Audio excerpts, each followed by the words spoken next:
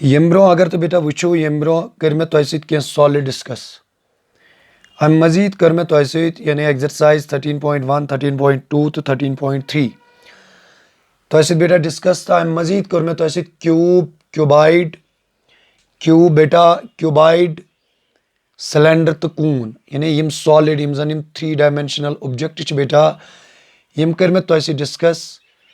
तो यह जन अजुक टॉपिक बेटा दैट इज अबाउट स्फीयर हाँ बेटा यह जन अजुक topic that is about sphere यानी यह जन स्फीयर यह स्फीयर यह जन बेटा यह स्फीयर तक यानी 3 डायमेंशनल ज्योमेट्रिकल ऑब्जेक्ट यानी मतलब यह 3 डायमेंशनल फिगर यह बेटा 3 डायमेंशनल फिगर यानी आज यथ सॉलिडस मुतलक में कत तोह सत करें that is about A sphere तो मे वो तो बेटा कि इस जन यह स्फीयर यह स्फीयर तसा सॉलिड माने कि यह तसा बेटा 3 डायमेंशनल ऑब्जेक्ट यानी इत पे पढ़ू सिलेंडर दैट इज सॉलिड इत पे पढ़ू कून तो इस जन अजुक मे टॉपिक यानी आज पढ़ना बह तो बेटा 2 टॉपिक पढ़ना बह स्फीयर तो बे पढ़ना बह बेटा तो हेमिस्फीयर हाँ बेटा यह तुम वुचान यह बाल अगर तो बेटा वो यह बाल इस जन यह क्या बेटा यानी यह हसा मे दिवान कंसेप्ट अमि स्फीयर इत पे मे वो तो इन आवर डेली लाइफ यानी cuboid example cube example cylinder example इथे पे बेटा यम सात बाल मे निमन यानी यह मे दिवान बेटा आइडिया यह कमुक आइडिया मे दिवान बेटा यानी यह हसा मे दिवान idea sphere keep in mind यानी यह बाल यह जन बेटा it is in the shape of sphere गई बेटा अख कत दोयम कत बेटा कि यह जन तुम सर्कल सह तो बेटा वुचमुत सर्कल बेटा प्लेन फिगर यह जन स्फीयर मे वो तुम स्फीयर क्या बेटा यानी यह हसा 3 डायमेंशनल फिगर यह स्फीयर कित पे कर बेटा डिफाइन यानी स्फीयर माने क्या गो अगर तुम वुचान सर्कल क्या गो सर्कल माने गो set of all those points मगर तम साथ तुम बेटा वन इन प्लेन यो चीज निवन बह ये मगर ये वन बह set of all those points set of all those points in space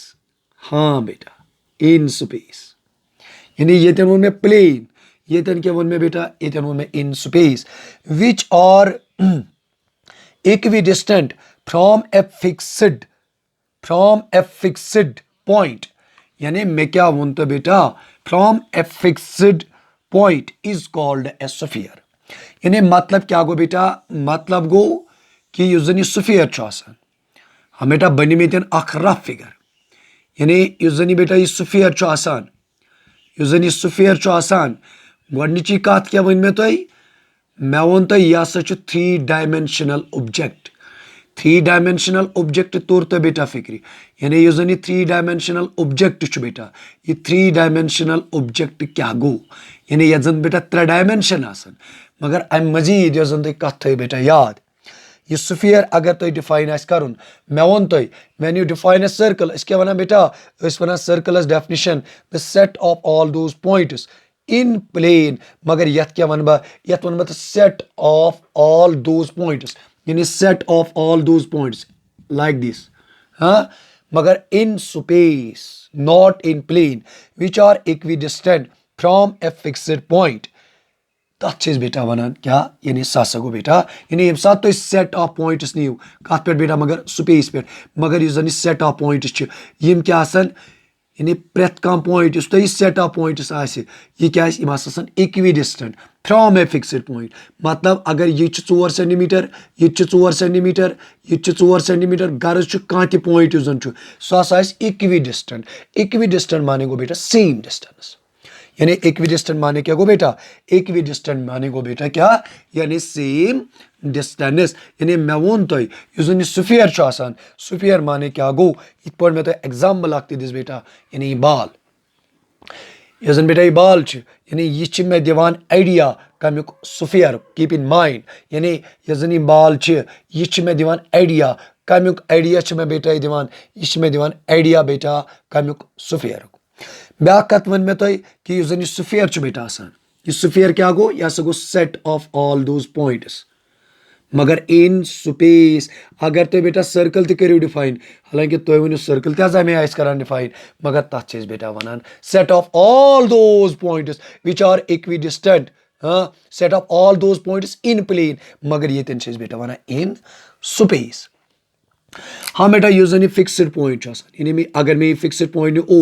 अत क्या वन, यह सा गो बेटा अमुक क्या सेंटर, यानी अत क्या बेटा वन, यह सा गो सेंटर ऑफ स्फीयर। ये क्या गो बेटा, यह सा गो सेंटर ऑफ स्फीयर। इत पे सर्कलस मज वन, यानी यह fixed point that is called the centre of the circle, मगर ये क्या वन बात, यह सा गो सेंटर ऑफ स्फीयर। ब्या कत यह कांस्टेंट डिस्टेंस मे वो तो एक ही कांस्टेंट डिस्टेंस, यानी यह फिक्सड डिस्टेंस बेटा, हाँ यह वो मे तुम, यानी इक्वि डिस्टेंट, मतलब अगर यह वन O A dash B dash C dash D dash E dash यानी अगर यह 4 सेंटीमीटर, यह 4 सेंटीमीटर, यह 4 सेंटीमीटर, यह 4 सेंटीमीटर, यह 4 सेंटीमीटर, यह 4 सेंटीमीटर, गर्ज कि प्रेत कह पॉइंट इस तुम स्पेसस पे न्यू यम हसा इक्विडिस्टेंट, इक्विडिस्टेंट माने गो इन सारे पॉइंटन same distance from this point is called the centre, मगर यह फिक्सड डिस्टेंस अत क्या बेटा वन, यह सा बेटा वन, यह सा गई अमिच रेडियस, यानी ओ ए अगर तुम नी बेटा, यह क्या गई, यह सा गई रेडियस, ये ओ बी नीव, यह क्या गई, यह गई रेडियस ऑफ स्फीयर, यह नीव, यह गई रेडियस, यह गई रेडियस, यह गई रेडियस, यह गई बेटा रेडियस। यानी बेटा यह कत याद थवन, इस ब्या चीज पढ़न अत स्फीयरस मुतलक, सह क्या पढ़न तुम, यानी अमे ब्रो क्या वो मे तुम सेंटर वोन बेटा, मगर यह बेटा तुम ब्या चीज पढ़न, अगर यह वन सेंटर, यह गई बेटा लाइन सेगमेंट, यह पास गई, यानी line segment through the centre of sphere and with the end points on the sphere is called the diameter, यानी यह क्या गो बेटा अमुक, यह गो डायमीटर, मतलब यह गो बेटा सेंटर, ये बने line segment, it passes through the centre of the sphere, ये गई स्फीयर के सेंटर में पास, अत क्या बेटा वन, यह सा गो अमुक बेटा डायमीटर, कीप इन माइंड, यानी ये क्या गो बेटा अमुक, यह सा गो बेटा अमुक क्या डायमीटर, यानी ये क्या गो, यह सा गो अम स्फीयर बेटा, यानी यह सा गो अम स्फीयर बेटा डायमीटर। यह कत बेटा याद थवन, यानी अतन वो मे तुम बेटा कि सेंटर वोनम, डायमीटर वोनम बेटा, ब्या क्या वोनम तुम, ब्या वोनम बेटा अमि स्फीयर रेडियस, यानी ये हा तुम बेटा बे, यानी अगर बेटा यह गो इट इज स्फीयर, हाँ मे मोन यह बेटा स्फीयर, यह गो बेटा diameter passes through the centre, अगर यह वन बेटा सेंटर, हाँ ए ओ बी यह फिक्सड पॉइंट अत वन बेटा centre of sphere, keep in mind यह गो सेंटर ऑफ स्फीयर, यह फिक्सड डिस्टेंस यह गई बेटा अमिच रेडियस, ये ओ बी क्या गई बेटा, ये गई रेडियस, मगर ए बी क्या बनो, यह सो बेटा अमुक डायमीटर। यह कत बेटा याद थवन, इस ब्या चीज बेटा स्फीयरस मुतलक पढ़न, सह क्या पढ़न, तम बेटा पढ़ने फार्मुलाई, यानी इस मेन चीज बेटा तम वो मे तुम, यानी सह चीज सा गन फार्मुलाई यम बेटा यानी फार्मुलाई बेटा गो इम्पॉर्टेंट, अगर तुम गोडनथ नीव for sphere, keep in mind, यानी फॉर स्फीयर इस बेटा तुम स्फीयर खतर पढ़न, सह क्या बेटा तुम पढ़न, गोडनथ गो अमुक सरफेस एरिया, इस बेटा अमुक सरफेस एरिया आसान, यानी सरफेस एरिया या वनोस टोटल सरफेस एरिया, बेटा अगर तो ये बाल नहीं हो, यानी एक सरफेस एरिया, यम सरफेस एरिया, इस सरफेस एरिया ऑफ स्फीयर बेटा आसान, यह कत बेटा आसान बराबर, यह सरफेस एरिया ऑफ स्फीयर बराबर 4 पाई r square. Keep in mind 4 pi r square. R means beta radius. मगर ब्याक कथ थो याद यह जन कर्व्ड सरफेस अत बेटा कर्व्ड सरफेस हेकान डिटरमाइन कर क्या कर्व्ड सरफेस माने गो टॉप तो बॉटम वर अगर तो बेटा इतनी बाल नीव यानी टॉप तो बॉटम अत कुछ चुन अत कुछ चुन बेटा टॉप तो अत कुछ चुन बॉटम तवे कत याद थवन तुम यह जन अमिश कर्व्ड सरफेस एरिया यानी कर्व्ड सरफेस एरिया बेटा हेकान डिटरमाइन कर यह कत बेटा याद अतन थवन हाँ बेटा ब्या चीज थो तो याद इस जन अमुक वॉल्यूम यानी इस जन बेटा अमुक वॉल्यूम इस जन स्फीयर वॉल्यूम यह कत बराबर 4/3 pi r cube. Keep in mind यानी इस जन volume that is equal to 4/3 pi r cube. हाँ बेटा ब्या चीज तुम पढ़ यानी अगर बेटा यह निमन बह स्फीयर हाँ यह स्फीयर अगर बह कट कर यानी यह स्फीयर अगर बह यह स्फीयर अगर बह निमन यह कर बह कट मगर क्या कट कर थ्रू द क्या सेंटर. अगर तो बेटा वो यह बन ए के एम आई अख पार्ट बनस बेटा एम आई ब्या क्या बन बेटा ब्या बन ए के एम आई यानी बाल अगर बेटा या अगर तो आम सा टेनिस बाल वो सो टेनिस बाल करूँ तो बेटा कट मजबाग करूँ तो कट यानी यम जन तम पार्ट तिमन क्या बेटा वनान यमन बेटा वनान यम सा गई हेमिस्फीयर यानी यह क्या बनो यानी यम सात प्लेन नीवन प्लेन सत करूँ तो बेटा कट अख स्फीयर मगर थ्रू द सेंटर यम जन अमिक पार्ट्स बन तम बन एके यम जन इक्वल पार्ट्स बेटा यमन क्या वनान यमन बेटा वनान यानी यह सो गो अमुक क्या हेमिस्फीयर. मे वो तो यह अगर तुम अख टेनिस बाल निवन सो टेनिस बाल करूँ तुम मजबा कट अगर तुम तत वो बेटा या अगर तुम वो पन्न गरन मज बेटा यानी अमे हेमिस्फीयर बेटा तम बाउल यम जन वुचान तुम हाँ यम जन चाय वगैरह खतर यानी यूज करान बेटा यानी तम इन द शेप ऑफ क्या बेटा हेमिस्फीयर तम या मे वो तुम करू टेनिस बाल करूँ तुम मजबा कट टेनिस बाल अगर तुम मजबा करूँ कट यानी यम तम इक्वल पार्ट्स तिमन क्या वन बेटा each part is called hemisphere. यह पॉइंट बेटा तुंद खतर इंपॉर्टेंट यानी बेटा अगर बह ये निमन बह बेटा स्फीयर अगर बह बेटा यह निमन स्फीयर अमिच एग्जाम्पल ते वन मे तुम ब्या जन बेटा यानी सह गो हेमिस्फीयर. कीप इन माइंड हाँ बेटा इस जन यह हेमिस्फीयर यह गो सेंटर बेटा यह क्या गई बेटा यह गई डायमीटर यानी यह ए ओ बी अगर यह गो बेटा अमुक क्या डायमीटर यह गई बेटा कर्व्ड सरफेस यह क्या गई बेटा यह गई कर्व्ड सरफेस मगर इस जन यह फेस बेटा यह यानी अपर यह यानी सर्कल शक्ल मज अत फेस गई कर्व्ड बे क्या गई बेटा यह अपर इस जन अपर फेस यानी इन द शेप ऑफ सर्कल. तो इस जन अमुक बेटा क्या यानी इस जन अमुक कर्व्ड सरफेस इस जन स्फीयर कर्व्ड सरफेस अख पजो तुम वन यानी फॉर हेमिस्फीयर सॉरी यम सात बेटा नी for hemisphere keep in mind for hemisphere इस जन बेटा अमुक कर्व्ड सरफेस एरिया या दिमोस ब्या नाव लेटरल सरफेस एरिया सह कत बराबर मे वो तुम नीवन बाल यह करूँ मिडलस पे कट हाँ यानी अत गई इक्वल पार्टस अगर सरसी स्पेयरस 4 पाई आर स्क्वायर यह कर्व्ड सरफेस एरिया कत बराबर सह गो 2 पाई आर स्क्वायर. तुम नी बाउल बेटा अत कर्व्ड या वनोस लेटरल इस जन अमुक बेटा टोटल सरफेस एरिया सह टोटल सरफेस एरिया कत बराबर हालांकि आ गई कर्व्ड बे खस सर्कल एरिया सह गो 2 pi r square plus pi r square सह बन बेटा 3 पाई आर स्क्वायर. मगर ब्या कत थो बेटा याद स्क्वायर यूनिट्स क्या बेटा एरिया. तो इस जन बेटा अमुक वॉल्यूम इस जन वॉल्यूम ऑफ हेमिस्फीयर बेटा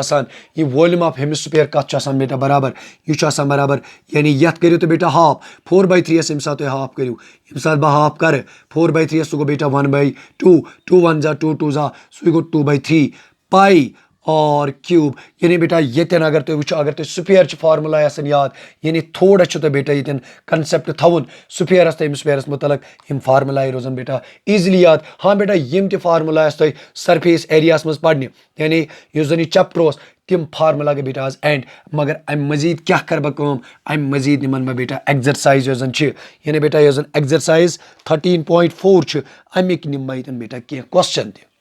यानी बेटा यह एक्सरसाइज 13.4 बेटा अमिक निम बेटा कह क्वेश्चन त. हाँ बेटा सिंपल क्वेश्चन गोडनिक क्वेश्चन क्या वनान यानी बेटा यह question number 1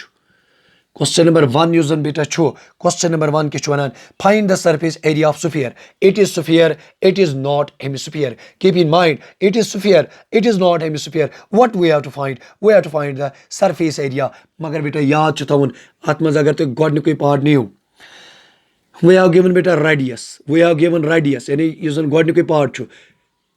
Radius chu beta god part is 10.5 centimeter. हाँ चलो बनी मन बेटा यो है मैं क्या कड़न बेटा सरफेस एरिया हालांकि तो बेटा पाई यूजन surface area surface area of hemisphere सह कत बराबर सन 4 पाई आर स्क्वायर यानी मे क्या जरूरत अतन मे बेटा जरूरत अतन गो रेडियस यानी बह क्या कर बह वुच गो आर कस आर माने गो बेटा रेडियस यानी यह radius are that is 10.5 centimeter. Keep in mind tel kadama beta sodi surface area this surface area kuta chune tel beta to I guess formula sin yaad yani 4 pi r square so go beta 4 go ite point pi is the value 22 upon 7 r means 10.5 into beta 10.5 मगर बे के बेटा 22 centimetre square क्या यह area हमेशा करान measure in square units यानी अगर ये मीटर आसा तेल मीटर स्क्वायर मगर यह बेटा सेंटीमीटर यह सेंटीमीटर स्क्वायर हाँ बेटा ये साथ सिंपलीफाई करोन यानी ये साथ सिंपलीफाई करोन 4 into 22 into 10.5 into 10.5 अपॉन बेटा 7 ये साथ तो ये बेटा सिंपलीफाई करो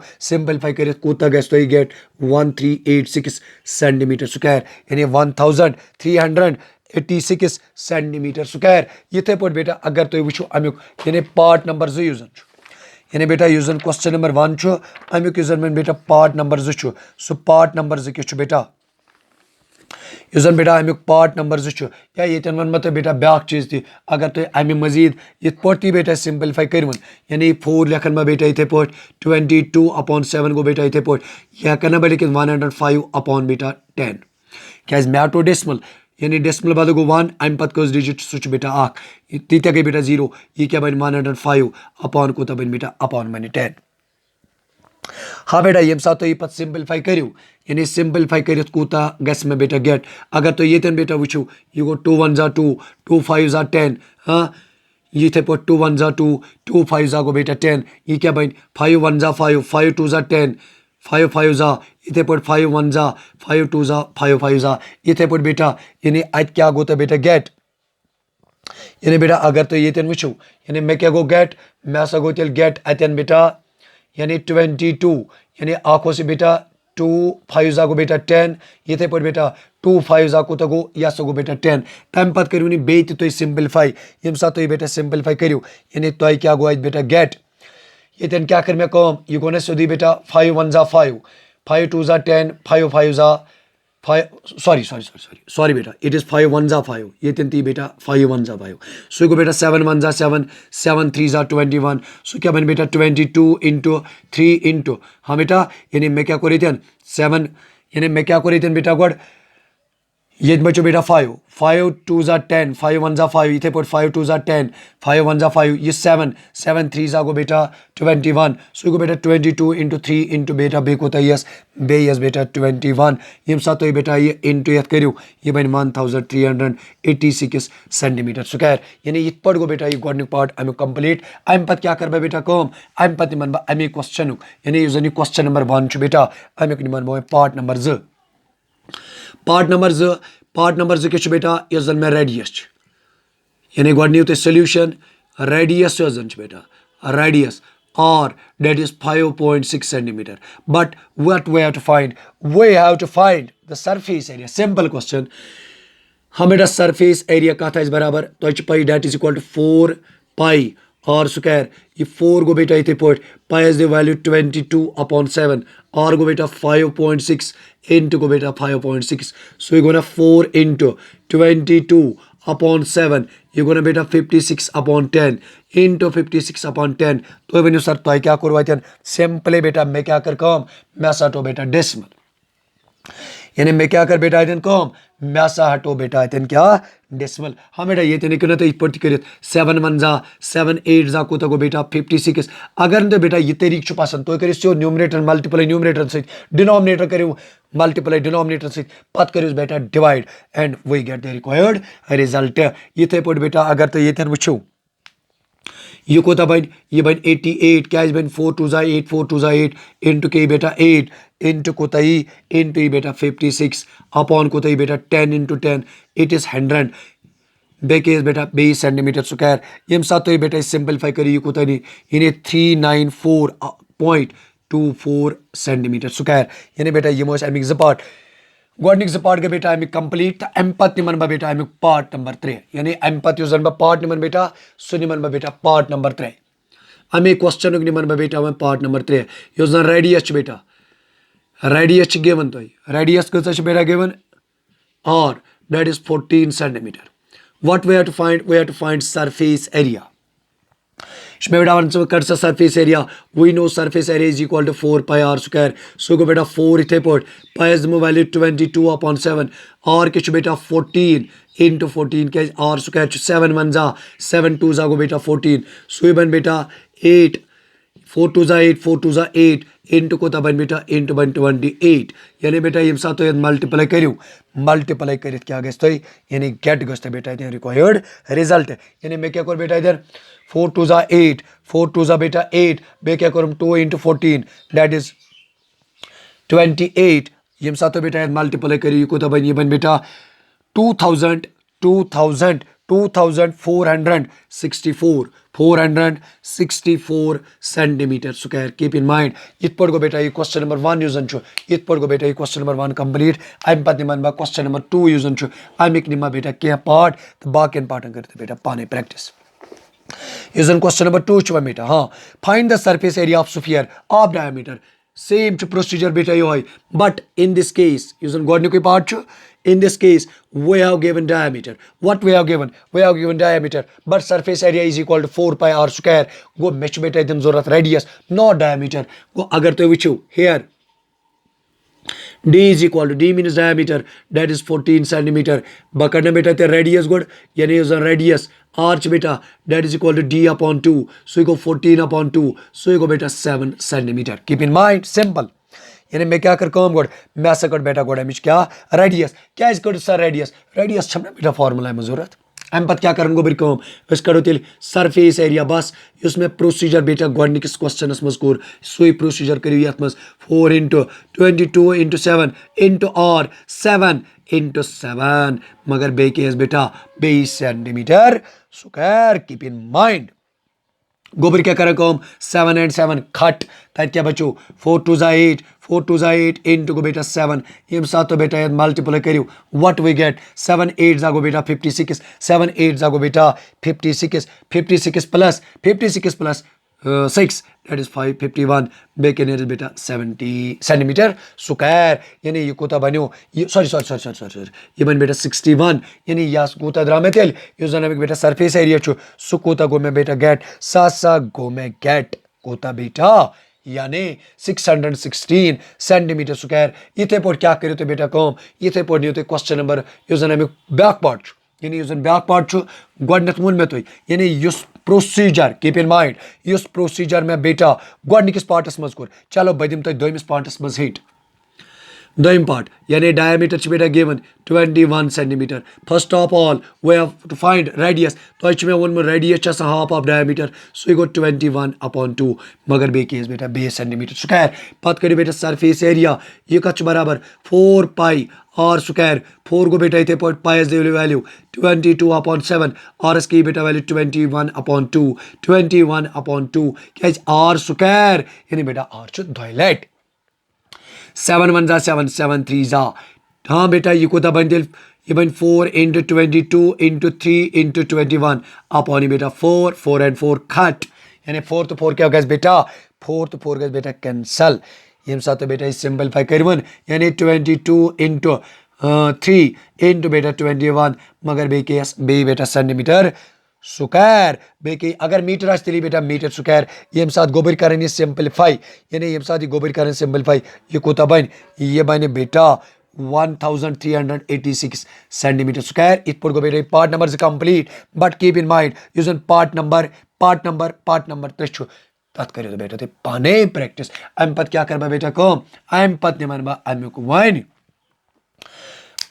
क्वेश्चन नंबर 3 यानी बेटा now we will discuss question number 3. Question number 3 क्या छु वनान find the total surface area of hemisphere. हाँ बेटा चलो ये निमन में बेटा hemisphere ये को बेटा hemisphere. What we have given radius or equals to ये बेटा radius that is radius is beta 10 centimeter. Radius is 10 centimeter. मगर बेटा ये छु वनान इतन ब्याक चीज दपान से क्या करा काम सा कर कम यूजन पाइक वैल्यू छु सु कोता दिक्स सा दिक्स 3.14. कीप इन माइंड यानी ये तो ओडे वना क्वेश्चनस मस ये दपान द क्वेश्चनस मस पाई यूजन छु वुनकन छु बेटा पाई दिन वैल्यू 22/7 के क्या मे वना क्वेश्चन सी मस पाई दिस वैल्यू 3.14 ये क्यों आसान के दित तेल छु दिन बेटा 22/7. हाँ बेटा वन छु मसला इस कित पोट करो अमुक ये टोटल सरफेस एरिया हालांकि अस निश बेटा फार्मूला ति मे उम्मीद कि तुम हेक्यू बेटा ये क्वेश्चन पान ति करित. हाँ बेटा अस कित पोट करो ये क्वेश्चन कित पोट करो यानी गोडनथी Nima what here what we have given or arm is radius that is 10 centimeter. Therefore total surface area we have to find its total surface area for hemisphere. Total surface area is equal to 3 pi r square. 3 go beta ite put pi student beta value 3.14. What is r? It is 10 into go beta 10 यानी 10 into 10. हाँ बेटा ये पड़ती बनी 3 into यह था डाबा बेटा decimal ये बन 10 ये बन 100 सॉरी ये को तो बन बेटा 100 डेसिमल बाद 1 टाइम 25 डिजिट इंटू 10 इंटू 10 ये को तो गो 100 ये को बेटा खट ये को कैंसल यम साथ बेटा ये सिंपलीफाई करियो यानी सिंपलीफाई करियो को ता नेरी 3 4 जा गो बेटा 12 1 आउ कैरी 3 1 जा 3 इ बने 4 3 3 जा गो बेटा 9 मगर बेकेस बेटा 20 सेंटीमीटर स्क्वायर. इत पड़ गो बेटा ये क्वेश्चन नंबर 3 यूजन छु यानी ये क्वेश्चन नंबर 3 गो इत पड़ कंप्लीट तो तम पत करो इस 20 लेक्चर्स मस अमिक बाकी क्वेश्चन डिस्कस. हाँ बेटा मे उम्मीद कि यूजन ये लेक्चर छु यासा आसि तोय क्लियर गोमुत. अगर बेटा कुन शायद बास कंफ्यूजन हाँ तो लिखियो कमेंट बॉक्स मस कतन छु कंफ्यूजन बकर इंशाल्लाह 100% कोशिश तोय समझाउनिश तो ताइन अस्सलामु अलैकुम व रहमतुल्लाहि व बरकातहू.